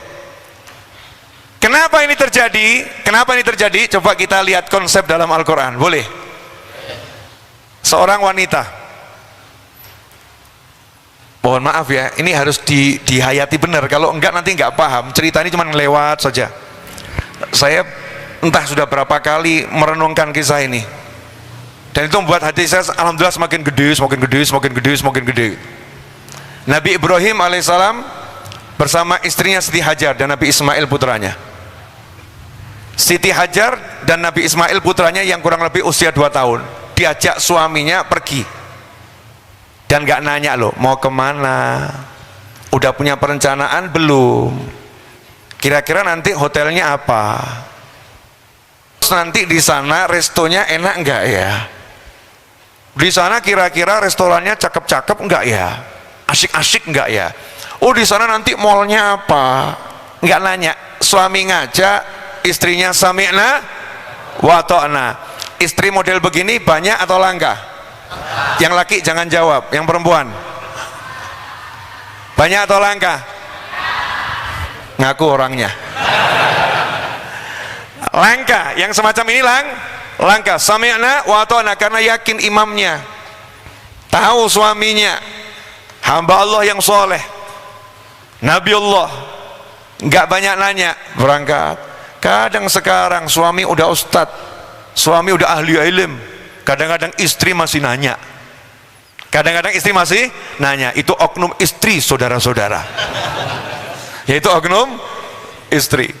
Ini berangkat, ternyata dibawa ke tempat yang tidak ada sumber kehidupan, sehingga tidak ada kehidupan. Bukan dibawa ke hotel bintang 5, bukan dibawa ke satu pemukiman yang padat, dibawa ke tanah yang tidak ada kehidupan, tidak ada sumber kehidupan, nggak ada air, nggak ada pohon, nggak ada binatang, yang ada cuman batu, pasir, gunung sama pasir. Kemudian ditinggal pergi tanpa kalimat perpisahan. Sayang, mohon maaf, terpaksa aku tinggalkan kamu di sini. Aku sungguh mencintaimu. Nggak ada. Cuman dalam berbagai tafsir, walaupun ada riwayat yang berbeda, berbagai tafsir langsung berbalik pergi. Ya istrinya normal nanya dong. Kalau bahasa kita, Pak, kenapa kami ditinggalkan di sini? Diam aja Nabi Ibrahim alaihissalam sampai 3 kali. Maka istrinya pun yang cerdas, nggak nanya lagi, langsung membuat pernyataan. Apakah Allah yang memerintahkan engkau untuk meninggalkan kami di sini? Nabi Ibrahim menganggukkan kepala. Istrinya jawab dengan santai, my love, silahkan lanjutkan perjalanan, jangan khawatirkan kami, Allah pasti akan ngurus kami. Perempuan yang model begini masih ada di sini? Ada tuh di belakang tuh, Masya Allah. Ditinggal cuman dengan bekal makan dan minum untuk beberapa hari, nggak nanya sepekan lagi makan apa, sebulan lagi makan apa. Nggak ada manusia di sini, udah dibangunkan rumah atau belum, nggak ada tempat berteduh, nggak ada pohon yang bisa ditebang, nggak ada tempat bernaung. Aku sendiri dengan bayiku, mana tanggung jawabmu? Nggak ada semacam itu. Nyantai, pergi aja, nanti Allah yang ngurus. Ini perempuan loh mas, kamu laki atau perempuan? Kalau kamu laki kayak gitu, nggak kayak gini, cemen kamu. Ini perempuan yang luar biasa ini, sendiri, bahkan dengan beban ngurus bayi. Maaf bu, ngurus bayi 2 tahun itu repot atau nggak repot? Yang belum punya anak jangan ngomong. Anak usia 2 tahun itu ya, saat disapih nggak minum ASI, lagi rewel-rewelnya itu, lagi lincah-lincahnya itu, repot itu. Tapi istri ini nggak ngomong bagaimana anak kita butuh orang tuanya, butuh ayah, butuh kasih sayang, kenapa ditinggalkan, bahkan di tempat seperti ini kamu mau bunuh saya. Nggak ada kalimat semacam itu. Pergi, Allah akan urus kami, tenang sayang, jangan khawatirkan kami. Nabi Ibrahim pergi, nggak usah saya bahas Nabi Ibrahimnya karena panjang juga itu. Kita bahas sisi Siti Hajar alaihissalam, boleh? Waktunya makan, kasih makan. Waktunya minum, kasih minum. Akhirnya persediaan habis. Masalah atau enggak masalah? Masalah atau enggak masalah? Jadi kalau kamu beriman kemudian timbul masalah, berarti imanmu benar itu. Jangan bilang, kenapa ya setelah ikut pengajian AA kok kemudian saya jadi bangkrut ya. Itu tanda ngajinya benar itu. Tapi ya jangan berharap kalau habis ngaji jadi bangkrut. Bukan berarti kalau nggak bangkrut nggak bener gitu kan ya, enggak. Tapi kalau kita teruji semacam itu berarti ngaji kita bener. Subhanallah, wanita yang satu ini dihadapkan masalah. Masalahnya nyawa anaknya terancam dan nyawanya terancam. Karena apa? Air dan makan nggak ada lagi. Coba renungkan kalau antum jadi wanita itu sama anak, apa yang akan dilakukan? Lihat fakta nyata loh, faktanya jelas, nggak ada air, nggak ada manusia, nggak ada kehidupan, nggak ada teman. Mungkin akan berpelukan. Nak, terima nasib ya nak, kita akan mati berpelukan nak. Entah siapa nanti yang menemukan kalau ayahmu kembali, biar tahu kita saling mencintai. Mungkin gitu kalau kita mikirnya. Tapi wanita yang satu ini tidak pernah bergantung kepada makhluk, tidak pernah melihat yang namanya makhluk, yang dilihat Allah. Karena melihat Allah, maka fakta di depan mata tak pernah menjadi masalah baginya. Air nggak ada, Allah ada. Teman nggak ada, Allah ada. Manusia nggak ada, Allah ada. Tapi ini butuh air. Iya, Allah ada. Terus gimana? Cari. Lari bukit sofa. Di sofa nggak ada, lari ke marwah. Antum kalau saya sekarang enak itu udah halus semua, full AC bahkan kedinginan. Ya kalau lantainya atas bisa naik skuter itu, udah lebih modern sekarang.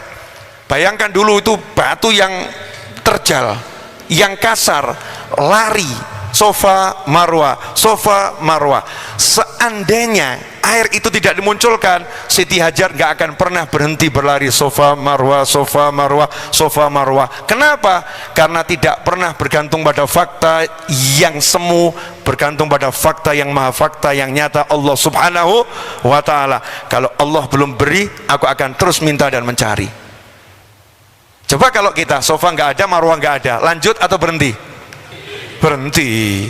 Balik ke anaknya, nak, maafin ibu ya, udah usaha, udah nyoba, memang ya begini nasib kita, husnul khotimah di sini. Karena kita bergantung pada apa ini? Apa yang dilihat mata, nggak bergantung pada Allah subhanahu wa ta'ala. Allah mengajarkan keluarga Nabi Ibrahim alaihissalam sepenuhnya hanya bergantung pada Allah subhanahu wa ta'ala. Apa yang terjadi? Sofa marwah, sofa marwah, sofa marwah. Allah kasih nggak di sofa, nggak di marwah. Allah kasih di mana? Kaki anaknya. Nggak susah, nggak harus ambil air dari sofa dibawa ke anaknya, nggak usah bawa anaknya ke sofa atau marwah, nggak usah. Cukup kamu duduk di samping anakmu, rezekinya aku datangkan di hadapanmu karena engkau percaya kepadaku. Ini pandangan-pandangan jelas atau ngantuk ini? Jelas? Bisa dipahami? Nah, ini saya akan habis ini jangan dipaksa ngomong lagi, udah cukup, dikit-dikit terus selesai ya. Saya takut sama beliau. Orang yang diam itu bahaya, saudara-saudara. Nah, rezekinya ternyata di kaki anaknya, betul? Hasilnya Allah kirimkan burung yang cari air, karena burung punya indera penciuman yang tajam. tahu dia di mana ada air, maka burung datang. Begitu burung datang, musafir yang lewat dari jauh, yang nggak pernah lewat situ, lihat di sana kok ada burung, maka musafir ini pun mengecek, berarti ada air. Betul, ternyata ada air. Musafir itulah orang-orang dari Yaman. Orang-orang dari Yaman lihat ada air, ketemu ibunya Nabi Ismail, paham pemiliknya wanita ini, maka mulai ngobrol, boleh nggak kami tinggal di sekitar sini bercocok tanam, airnya dari sini, cukup kamu duduk manis bersama anakmu, hasil nanti saya kasih, yang penting kami boleh ambil airnya. Silahkan duduk manis, dibangunkan rumah, dikasih hasil panen, Nabi Ismail tumbuh, dinikahkan dengan putri mereka. Clear? Akhirnya muncul bangsa Arab. Beratus-ratus atau mungkin berapa ribu tahun kemudian lahirlah Nabi Muhammad SAW. Paham maksudnya enggak? Nabi Muhammad SAW, Rasul kita ini, Allah pilihkan kakek dan nenek yang sudah diuji, gak punya hubungan hati selain pada Allah Subhanahu Wa Taala. Nabi Ibrahim alaihissalam dibakar hidup-hidup, gak ada alat yang bisa matikan api Namrud. Seluruh makhluk ingin menolong, bukan gak boleh nolong, diizinkan nolong oleh Allah Ta'ala. Nabi Ibrahim,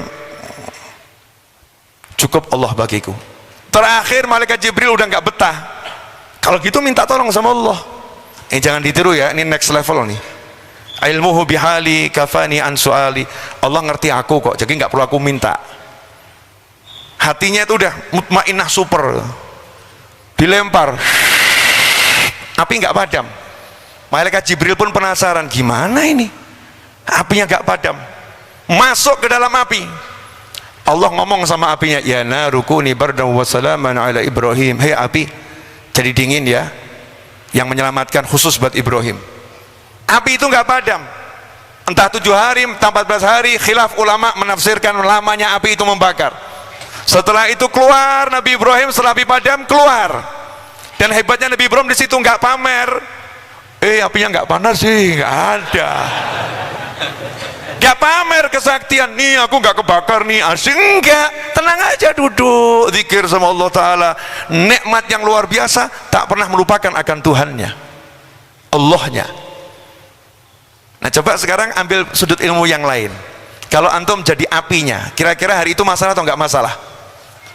Api mau dipakai membakar kekasih ilahi, api tahu ini kekasih Allah, aku mau dipakai musuh Allah untuk bakar Nabi Ibrahim, mau ngomong apa saya? Nabi mohon maaf ya, ini terpaksa. Apinya juga takut, apinya juga takut, ini kekasih Allah, karena tidak boleh api menyentuh orang-orang yang dicintai Allah Subhanahu wa Ta'ala. Neraka itu boleh membara, tapi malaikat di dalamnya bermain-main, saudara. Betul?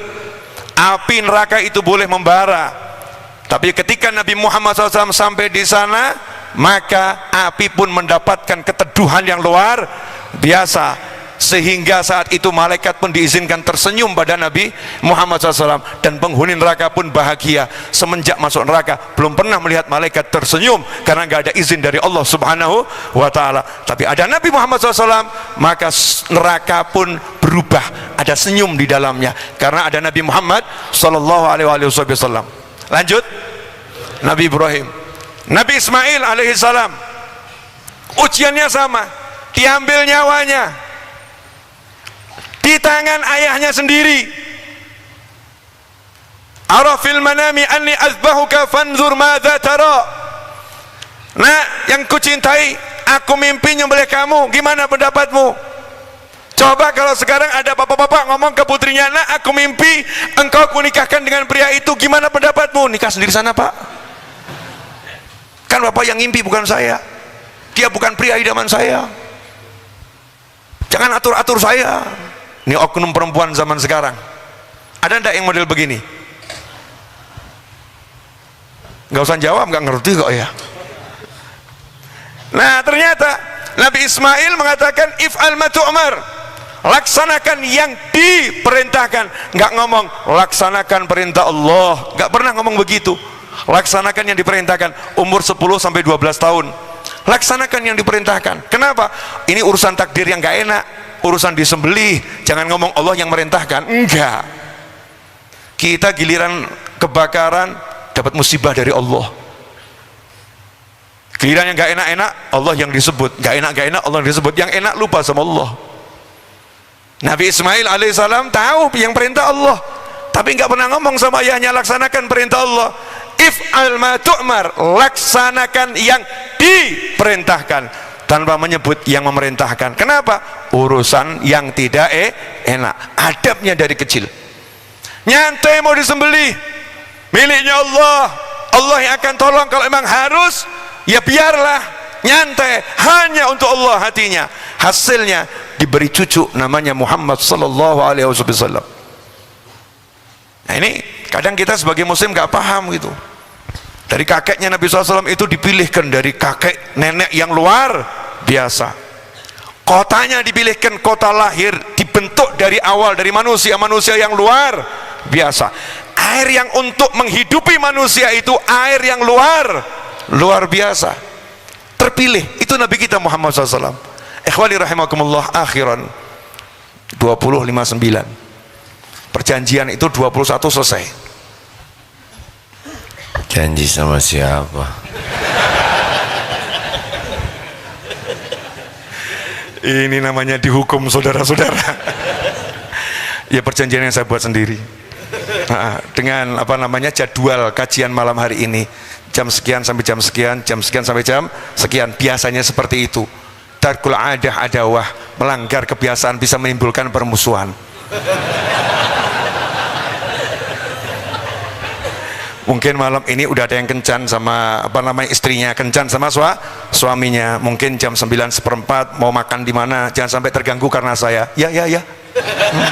Please help me. Ikhwani rahimakumullah. Contoh-contoh tadi itu kan ada dalam Al-Qur'an ya. Itu kan bukan dongeng, bukan Marvel, bukan Hollywood, bukan. Lo anehnya sama orang-orang di Hollywood sana, cerita-cerita itu diadopsi jadi film. Kalau yang nonton tuh wow, percaya loh deh. Kalau apa itu yang pakai star-star itu sakti ya percaya. Superman, wow sampai ditiru pakaiannya. Betul kan ya? Ini orang hebat, dibuat film. Nah kenapa mereka buat film semua serba manusia-manusia hebat?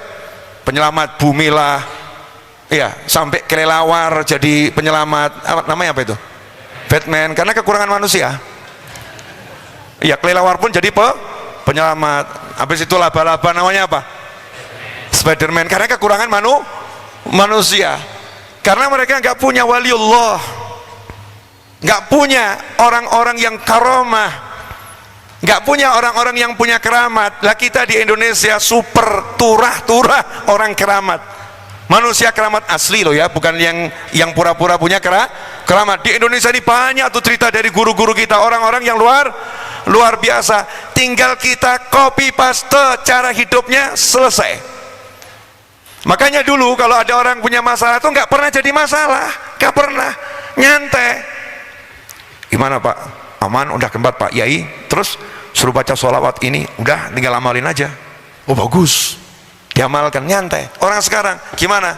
Sama Pak Yai dikasih amalan terus, kalau cuman amalan sih semua orang bisa. Kalau cuman amalan sih semua orang bisa. Saya butuh yang nyata. Apa ada yang lebih nyata daripada wahyunya Allah Ta'ala? Apa ada yang lebih nyata dari sabda Nabi Muhammad sallallahu alaihi wasallam? Apa ada yang lebih nyata dari ajaran orang-orang yang mewarisi ilmunya para nabi? Apa ada yang lebih nyata dari semua itu? Itu yang super nyata. Kenapa kita anggap itu fata morgana? Sementara yang baru teori-teori pakar kita anggap itu kekuatan yang luar biasa. Super terakhir, nggak ada akhirnya nih. Mau minta bantuan biar diakhiri, tambah dikomongin. Punya janji sama siapa? Buat perjanjian sama siapa itu? Orangnya ada di samping saya. Masya Allah. Lanjut Ustaz. Lanjut. La haula wala quwwata illa billah. Ini kan banyak anak muda ini, dan banyak yang udah nggak muda lagi. Kalau anak muda kena masalah itu biasa. Kalau yang tua bermasalah itu luar biasa. Seharusnya yang tua itu kan udah pengalaman kena masalah. Seharusnya masalah bukan lagi masalah. Karena kata almarhum Kiai Abdurrahman Wahid alias Gus Dur rahimahullah, beliau pernah mengatakan masalah itu hanya ada dua. Satu, masalah yang bisa kamu selesaikan. Masalah yang bisa kamu selesaikan, ya udah, nggak usah dipikirin, toh nanti kamu selesaikan. Betul. Yang kedua, masalah yang kamu nggak bisa selesaikan, ya udah, nggak usah kamu pikirin, toh nggak bisa kamu selesaikan. Jadi intinya apa?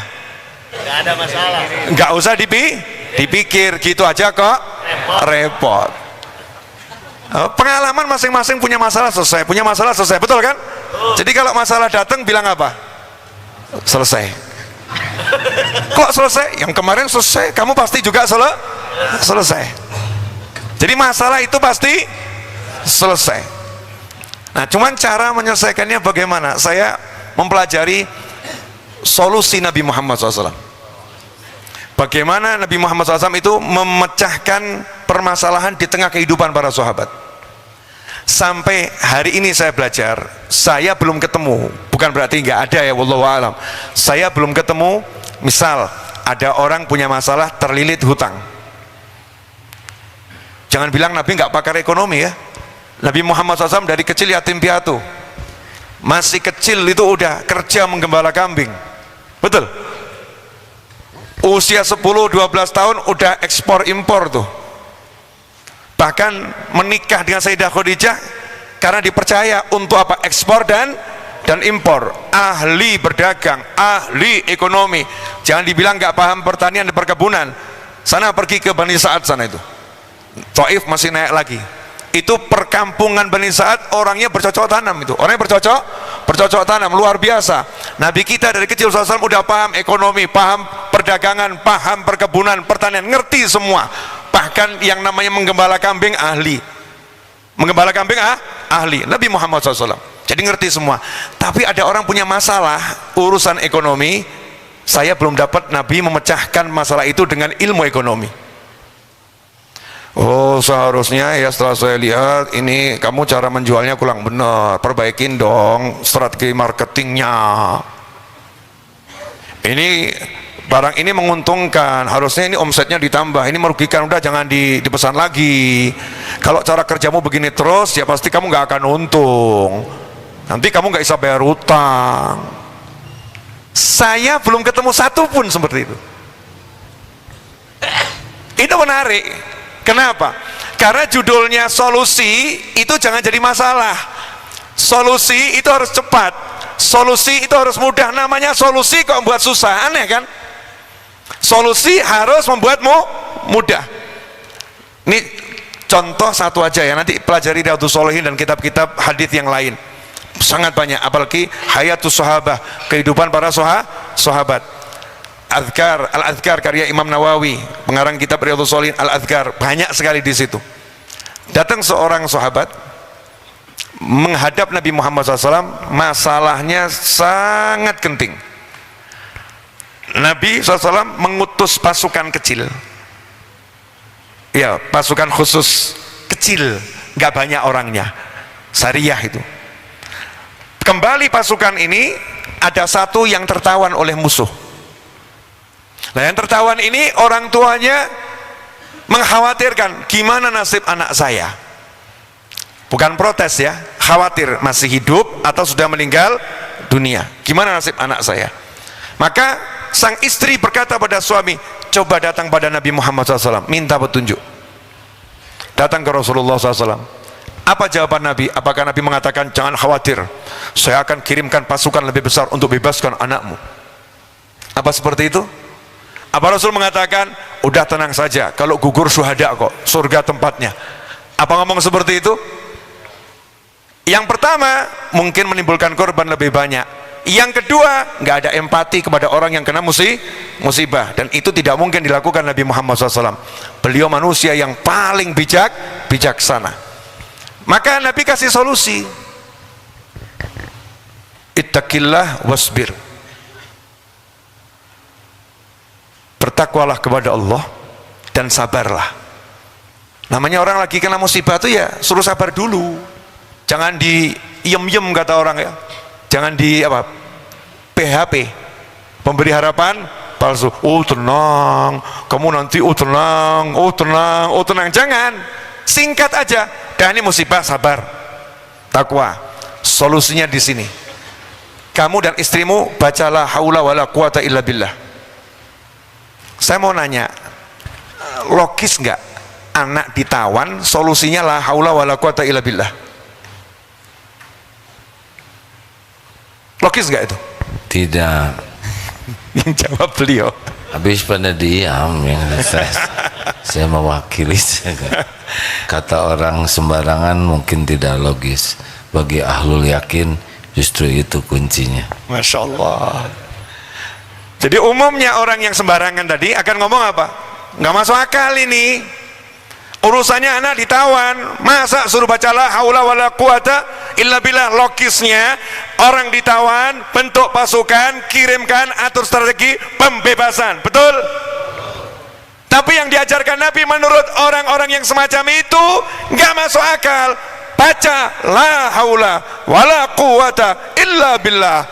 Yang dengar mukmin. Terima kasih Rasulullah. Pulang ngomong sama istrinya, gimana?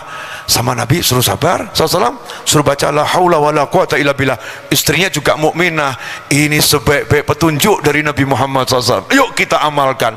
Dengan senang berdua duduk bersabar baca la haula wala quwata illa billah, la haula wala quwata illa billah, dari habis isya sampai subuh. Sabar, diamalkan. Isya sampai subuh. Subuh, assalamualaikum, anak yang ditawan pulang. Orang tuanya buka, masya Allah anakku, pelukan. Ternyata anaknya pulang gak sendirian, bawa kambing, bawa onta, bawa kuda yang jumlahnya sangat banyak. Nanyalah orang tua ini kepada anak, ini siapa yang ikut kamu nih? Punya siapa? Tadi itu saya diikat, entah bagaimana ikatan terbebas. Akhirnya saya naik kudanya, kuda yang lain ikut, ontanya ikut, kambingnya juga ikut. Kambingnya juga ikut. Nah, terus mulai keluarga kecil ini ngobrol, ini halal enggak ini? Ini bukan milik kita, ini milik orang musyrik, ini halal enggak ini? Maka berangkat lagi subuh dengan problem yang berbeda. Isya itu problemnya anaknya ditawan ya, dan ekonomi lemah. Yang dikeluhkan dua, ekonomi lemah, anak semata wayang hilang, tulang punggung keluarga ini. Subuhnya itu masalahnya berbeda, kebanyakan harta. Ya Rasulullah, ini anak sudah pulang alhamdulillah, masalahnya bawa harta banyak, ini milik siapa? Halal enggak? Maka Nabi menjawab, halal itu untuk kalian, halal untuk kalian. Anaknya kembali bawa duit banyak, karena apa? Karena apa tadi? La haula wala quwata illa billah. Nah kita jalankan semuanya. Sayyidatuna Hajar tadi naik sofa marwah lari-lari, bukan dengan zikir tapi dengan gerak yang luar biasa dan hati yang mantap pada Allah Subhanahu wa ta'ala. Makanya sampai hari ini tidak ada satupun hadis yang menjelaskan zikir sofa dan marwah. Semuanya karangan orang-orang yang beriman pada Allah Ta'ala. Betul? Karena zikirnya beda-beda itu, macam-macam ya. Karena memang nggak ada zikir yang dibaca diriwayatkan dari Siti Hajar alaihissalam, nggak ada. Nah yang satu ini nggak lari-lari, nggak sofa, nggak marwah, duduk. Yang satu ini duduk tapi suruh baca la haula wala quwata illa billah. Lah kita amalkan, kapan kita duduk baca, kapan kita keluar bergerak, amalkan semuanya.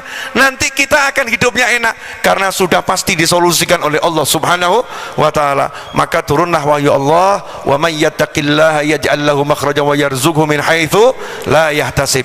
Ayat ini turun karena sahabat yang mengamalkan la haula wala quwata illa billah. Hakadza wal afu minkum.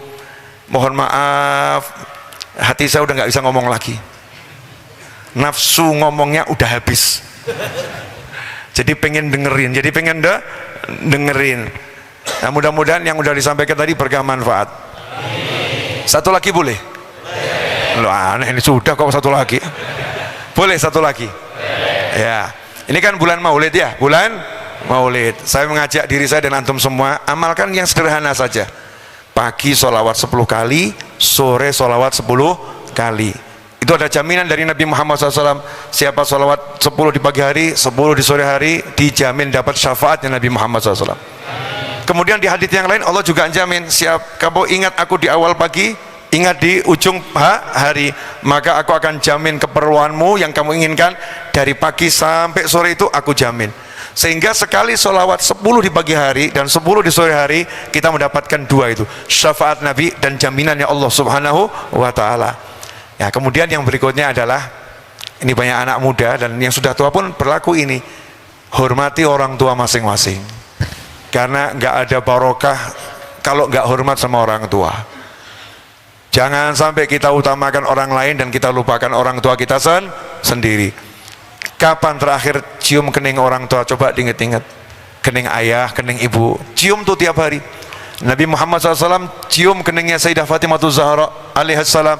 Sayyidah Fatimah Zahra cium keningnya Nabi Muhammad SAW. Kenapa yang semacam ini nggak kita tiru? Coba dipraktekkan tuh, cium kening. Almarhum ayah saya sampai keningnya dikasih parfum. Kenapa? Karena tahu mau dicium anaknya, keningnya sampai dikasih parfum. Ayah saya udah meninggal, tinggal ibu saya. Ya, tinggal ibu saya, semoga panjang umur, sehat walafiat bitaatillah. Nah, kesempatan mencium cuma tinggal satu. Nah, antum ini kan masih lengkap, cium tuh kening kedua-duanya. Jangan sampai terlambat. Jangan sampai udah terbujur kaku baru kemudian dibuka, itu yang menutup, kain nutup aja dibuka, cium keningnya sambil ibu ayah nangis. Kalau bisa jawab akan ngomong terlambat nak.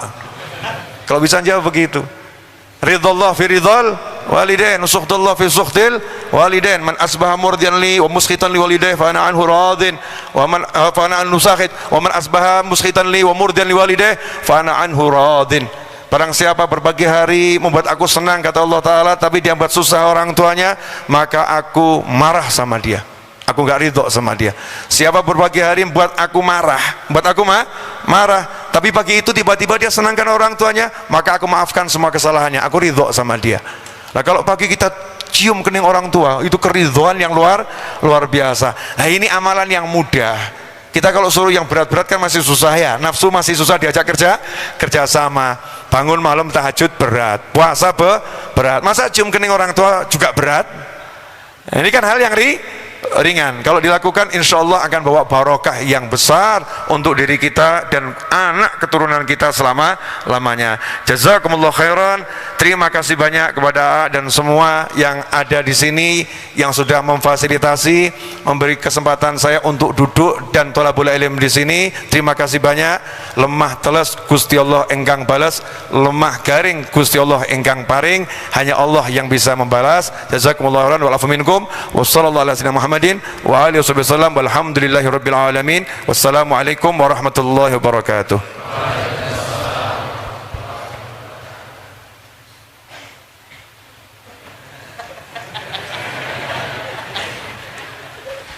Jazakallah khair Ustaz. Ini air mata ini jadi saksi betapa Allah mengaruniakan Ustaz bisa menceritakan yang membuat yang mendengar jadi ingat kepada kekuasaan, kebaikan Allah Subhanahu wa ta'ala. Sesuatu yang sangat jelas, nyata, tapi banyak orang yang tidak bisa melihat dan merasakannya. Terima kasih Ustaz, Masya Allah. Saya menikmati sekali setiap orang bercerita tentang Allah Subhanahu wa ta'ala. Itu memang terindah. Tidak ada lagi uraian terindah kecuali tentang Allah Subhanahu wa ta'ala. Harusnya itulah yang paling haus di hati kita, mendengar nama Allah disebut. Harusnya air mata ini lebih banyak tumpah untuk Allah, karena takjub, karena rindu. Jazakallah khair Ustaz. Semoga Allah yang sedang memperhatikan kita menghujamkan terus hakul yakin, memilih Ustaz menjadi kekasih Allah, dipelihara agar tidak pernah berpaling hatinya dari Allah, diistiqomahkan menjadi jalan hidayah taufik kepada hamba Allah lainnya. Allahumma salli wa sallim wa barik ala sayyidina Muhammad wa ala alihi wa ashabihi ajma'in. Ya Rabb, innaka antas sami'ul alim. Wahai yang maha menatap, wahai yang maha mendengar, ya Sami, ya Bashir, ya Qarib, ya Arhamar Rahimin, ya Dzal Jalali wal Ikram, ya Arhamar Rahimin irhamna ya Rabb, ya Arhamar Rahimin irhamna. Allahumma inna nas'aluka ridhoka wal jannah wa na'udzubika min sakhatika wan nar. Rabbana zalamna anfusana wa illam taghfir lana wa tarhamna lanakunanna minal khasirin. Allahumma inna nas'aluka imanan kamilan wa yaqinan sadiqan wa qalban khashian. Allahumma inna nas'aluka taubatan nasuha wa taubatan qabla al-maut wa rahmatan 'indal maut wa maghfiratan ba'dal maut. Allahumma hawwin 'alaina fi sakaratil maut. Allahumma inna nas'aluka husnal khatimah wa na'udzubika min su'il khatimah. Allahumma ighfir lana wa liwalidina warhamhum kama rabbawna shighara. Allahumma ighfir lil mu'minina wal mu'minat wal muslimina wal muslimat al ahya'i minkum wal amwat. Allahumma ansur ikhwanana fi Filastin ya Rabb, fi Uyghur, fi Rohingya, fi kulli makan ya Arhamar Rahimin. Rabbana atina fid dunya hasanah, fid dunya hasanah ya Allah, fid dunya hasanah wa fil akhirati hasanah wa qina adzaban nar. Subhana rabbika rabbil izzati amma yasifun wassalamun alal mursalin. Ya Allah, alhamdulillahi rabbil alamin. La hawla wa la quwwata illa billah. Sallallahu alaihi wasallam. Sudah larut malam, memang biasa berakhir jam 9. Spesial hari ini. Terima kasih Ustaz, jazakallahu khair. Masya Allah, malam yang sangat indah, sangat nikmat. Masya Allah. Sering-sering kesini Ustaz, Solo kesini dekat. Ini jamaah ini oleh Allah digerakkan untuk menyimak. Makin sering kesini, insya Allah, mudah-mudahan makin banyak orang yang sangat jatuh cinta kepada Allah dan menjadi orang yang selalu rindu ingin bisa pulang berjumpa kepada Allah Subhanahu wa ta'ala. Allah sedang mendengarkan, Allah menyimak apapun, Allah yang membolak-balik setiap hati. Malaikat berkumpul banyak walaupun mata tidak bisa melihat. Mungkin jin-jin Islam pun bergabung ikut menyimak. Tempat yang kita duduki akan bersaksi di akhirat nanti. Tidak ada sekecil apapun yang tidak ada balasannya. Terima kasih jamaah sekalian. Oh, itu sebelum pulang ada rezeki dari Allah untuk beramal soleh. Jadi rezeki itu adalah ketika kita digerakkan bisa bersedekah. Masya Allah, bukankah begitu Ustaz? Alhamdulillah. Semoga keluarga Ustaz dimuliakan Allah, keturunan dunia akhirat benar-benar jadi orang-orang yang dimuliakan Allah Subhanahu wa ta'ala. Amin. Terima kasih sahabatku yang baik. Kita akhiri dengan doa akhir majlis. Subhanakallahumma bihamdik asyhadu alla ilaha illa anta astaghfiruka wa atubu ilaik. Assalamualaikum warahmatullahi wabarakatuh. Allahumma